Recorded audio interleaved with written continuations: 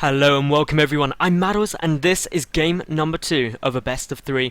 It is going to be pretty spectacular because game 1, if that was anything to go by, these two are incredibly evenly matched, both have some fairly good decision making. And above all else, both went for some pretty interesting strategies. But Neoplanet S will be the map, and in the top right position, we have got the yellow Zerg player. It is LoWeLy. And his opponent down in the bottom left, the purple Terran player, it is QXC. Now, of course, game 1 was ridiculously close. There was a lot of pressure being put on by QXC. He went very macro-economically orientated for an early game build, and then he just followed that up by just macroing up and then putting on pressure after pressure after pressure. LoWeLy somehow held it off. He then did some great stuff with speedlings picking off reinforcements as they made their way across the map, while at the same time holding off the main assault.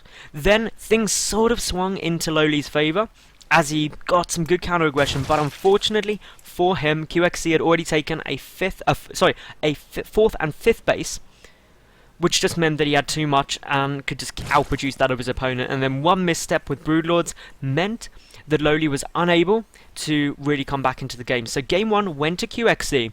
This is game number 2. Can LoWeLy level this out, take it to an ace game? We'll have to wait and see. Of course, Neoplanet S is one of those maps where early aggression can be quite common. Especially two-base plays, really quite a usual thing to see, because taking a third for Terran and Protoss isn't the easiest move in the world. Actually, taking a third for Zerg isn't particularly fine either, so definitely a map which is much more catered towards a lot quicker games, but that's not always the case. I have seen some quite long ones on Neoplanet S, but generally speaking, some funky games definitely do come out.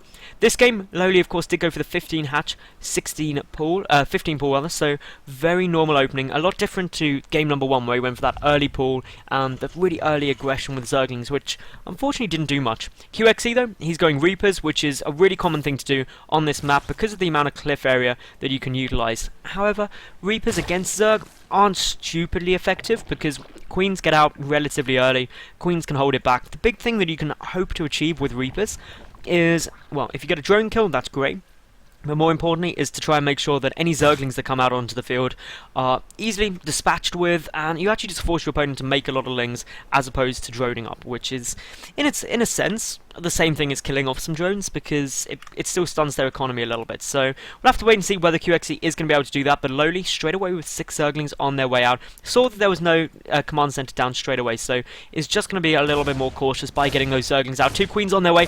One drone is going to morph into an extractor, the other drone is going to have to morph into another extractor, so good ways of keeping your drones alive, always a good move to make. Those extractors probably will get cancelled fairly soon. The Zergling's going to try and get into a good position. Of course, Reapers can't escape off this cliff, which leaves a potential for it to get trapped, but as we see, QXC, just with good control for the time being, is managing to keep his way back. We see these 2 extractors aren't actually going to get cancelled.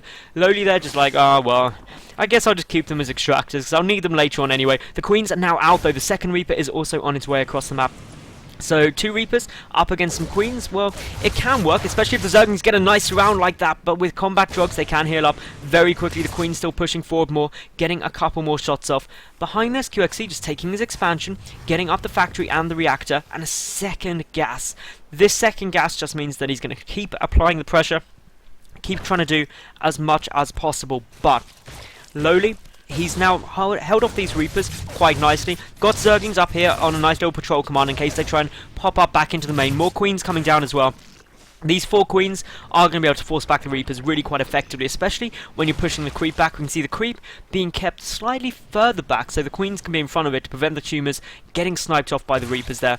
And oh, a really nice early armory. That means Hellbat drops are probably in store. These Reapers trying to poke up. They do manage to get in. The Zerglings not able to get the surround required, so that means they could get taken out. At the same time, though, the Queen's pushing forward. They're going to try and get a kill on a Reaper. 1 Reaper goes down, only 1 remaining. This is looking a lot more comfortable now for LoWeLy, but LoWeLy hasn't yet identified that the armory is coming down. Does, I believe, know about that. Oh no, he doesn't. He hasn't seen the natural yet, so could do with sending that Overlord, just poking in to get a little confirmation that's down. Instead, he's getting up a really nice early lair timing, around 6 minutes 30, so good point to be getting that down.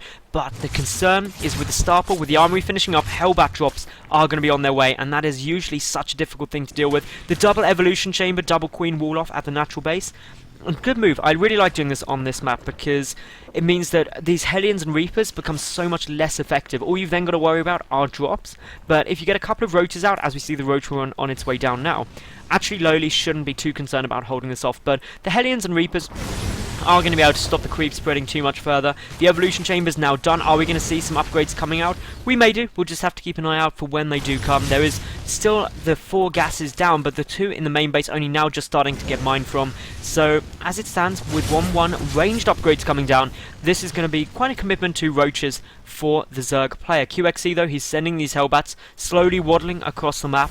The first Medevacs also in production, so they'll get over, and that's once these Hellbats are here, they can just get quickly picked up and chucked in. There's an additional 2 also on the way out, so they can get picked up by the Medevacs en route, and then you can go for the double Hellbat drop. So QXE really wanting to apply the pressure, all the while just happily getting more SCVs out, but LoWeLy is able to drone like a madman, knowing that he's safe for the time being, but around the kind of 8 minutes 30 mark, he's aware the pressure could be coming in, so he starts up those first Roaches, ready to deal with any drops that could be occurring. And of course the Roaches are going to do a nice job of this. Burrow and Roach speed are coming down, so this is going to be a very aggressive play, but here comes the Medevac on its way up into the main. The Roaches should spot it, and that means with the Queen's help, these Hellbat drops probably not going to be able to achieve too much. At the same time, another Hellbat drop coming down towards the natural base, but the one in the main getting easily dealt with. Simultaneously though, a push trying to come in to the main entrance of the natural, but the Queens there are going to put an end to it. The Overlords will spot the Medevac coming in. Are the Roaches going to get pulled back in time? The answer is no, they're not. The drones are taking quite a bit of damage, but only a couple going down. A quick little build of a Spore and Spine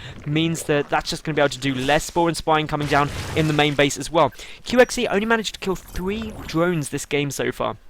And with a double Hellbat drop, he would definitely have been looking to do a bit more. A quick check up to see, is there a third base? No, there isn't. But Burrow and 1-1 is nearly done. More Roaches on their way out. And with only bunkers here to defend and a handful of Hellbats and Hellions, this sort of push could be very effective. This Medevac on 2 health does get sniped down by the Queen. Really nice pick off there. And of course 2 Hellbats were in there too. So anytime you snipe things like that off, it's going to be really solid. The Spine and Spore plus the Queens are going to be able to put up a nice little static defense to any drops that come in. All the while, these Roaches just moving across the map. Oh, these Hellions and the Reaper are going to run straight into them. This could be disastrous unless QXE is paying a lot of attention, but he isn't. Unfortunately, straight away, 2 of those Hellions go down. The rest should be able to get back. Use of the Overseer just to make sure there's no Widow Mines around. A couple of supply depots trying to get thrown into position just to increase the wall off, but with Burrow, this is going to mean that these Roaches can be so effective as long as they use them very well. There is a quick little snipe off coming down on the bunker. The Hellions and the Marauders trying to get taken down. But so many ACVs getting pulled, but things looking fantastic now for LoWeLy. And there is the GG. And LoWeLy is going to be able to level this up to take the series 1-1, and that of course means we're going to get a game number 3, so make sure you like the video, leave a cool comment, and then I'll see you at game number 3 in just a second.